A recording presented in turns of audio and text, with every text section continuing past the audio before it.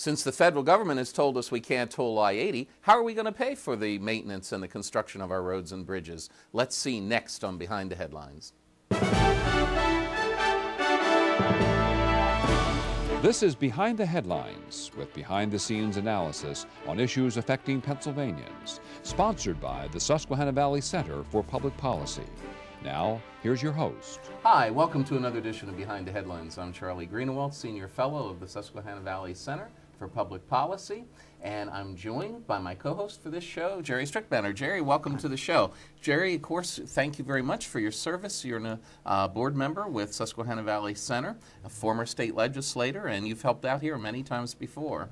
I'm very happy to. Thank you for inviting me, Charlie. Well, it's nice of you to fill in for Maura while she's on vacation, so we really appreciate it, Jere. Thank you. I get to be educated on another behind the issues talk with one of our community leaders, state leader, so I'm looking forward to it. Thanks. Well, we are moving into the driving season when people are taking their vacations, Jere, and people are using the roads more than ever, and roads and transportation financing, particularly how are we going to pay to build and maintain our transportation infrastructure, has been on more newscasts recently, Jere, than I can recall in a long time. And of course that goes back to the federal government, of course, denying the state the option of tolling Route 80.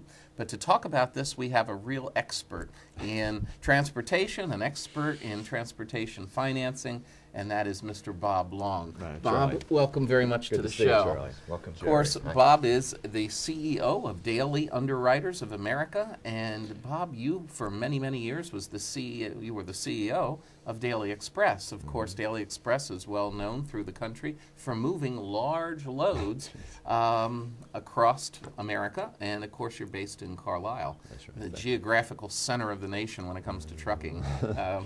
But thank you so much for coming and sharing some time with us today. You're welcome.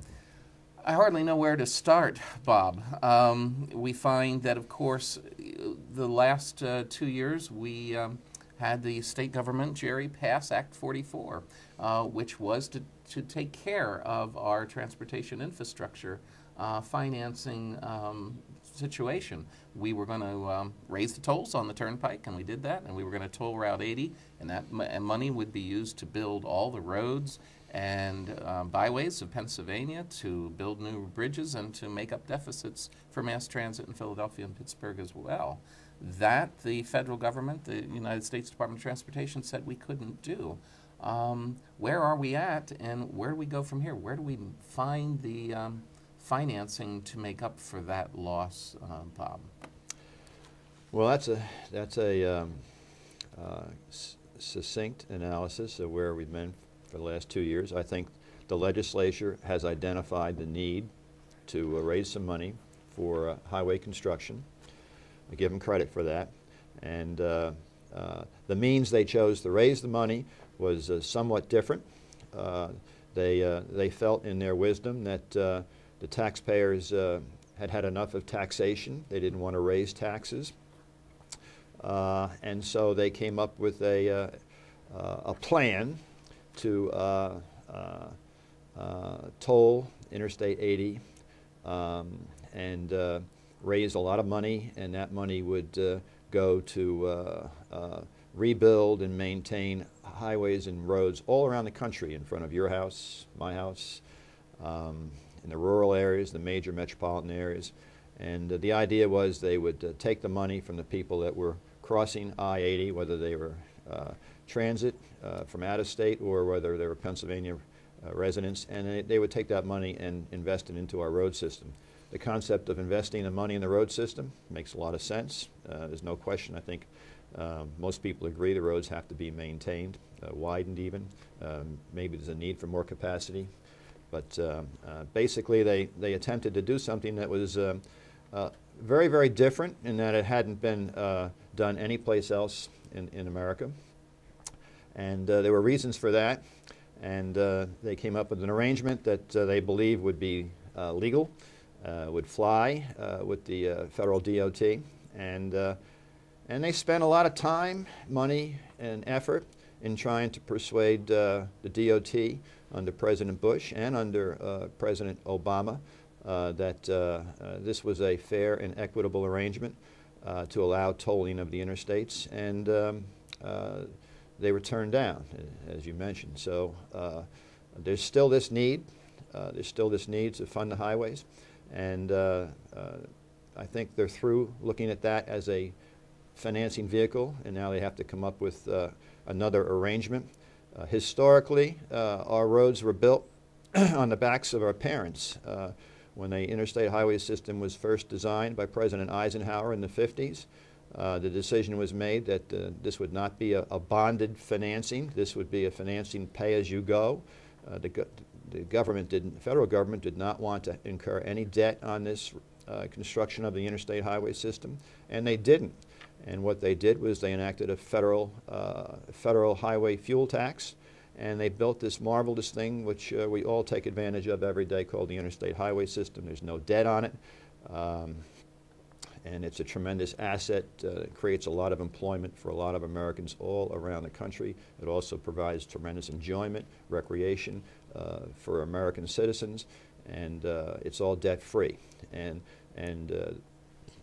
the concept now is, how are we going to maintain this road, because it requires a lot of maintenance. In some places it has to be expanded because the population is growing. And so you asked me, how do we maintain it? The traditional way that highways have been maintained in the past, built and maintained, is by collecting money from the users of the highway system, and only the users, at the pump when you buy your gasoline. So you're talking about fuel taxes, right, fuel taxes collected at the pump, and this is the universal way it's done all around America. Every state has fuel taxes. The federal government has the same tax rate in every state. It's collected at the pump. It's also collected at the wholesale rack. It's somewhat complicated, where the refineries distribute their fuel, so there's two taxes, but it all adds up to a state tax and a federal tax. It's collected at the pump. It's believed to be the most efficient way of collecting all this money, and also it's an equitable way in that it's very, very difficult to avoid. In other words, if you're got gasoline in your car, you paid a tax because it came from a pump, and you paid your tax at the pump. And with this history of, it's over 50 years, so obviously these roads were built even at the best for 30 or 40 years, so now they all need to be rebuilt, and that was the responsibilities of each of the states. This state, our state, tried to come up with an idea to do it. The federal government rejected it.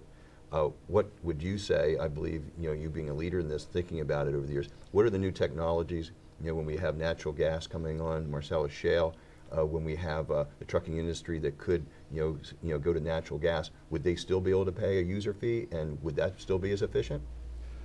Well, natural gas distributed at the pump would still be taxed, and that would work.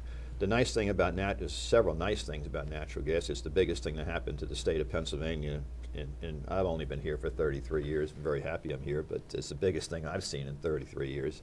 This is really, really big, this marcellus shale. And the Barnett Shale preceded it by a couple of years, and there may be gas all over America. We've got a lot of gas, and it may be an answer to the nuclear power problem. Nobody wants nuclear power plants. Well, if we can fire up our utilities with natural gas, wow, that's a whole nother thing. There's a lot of opportunities with this marcellus shale.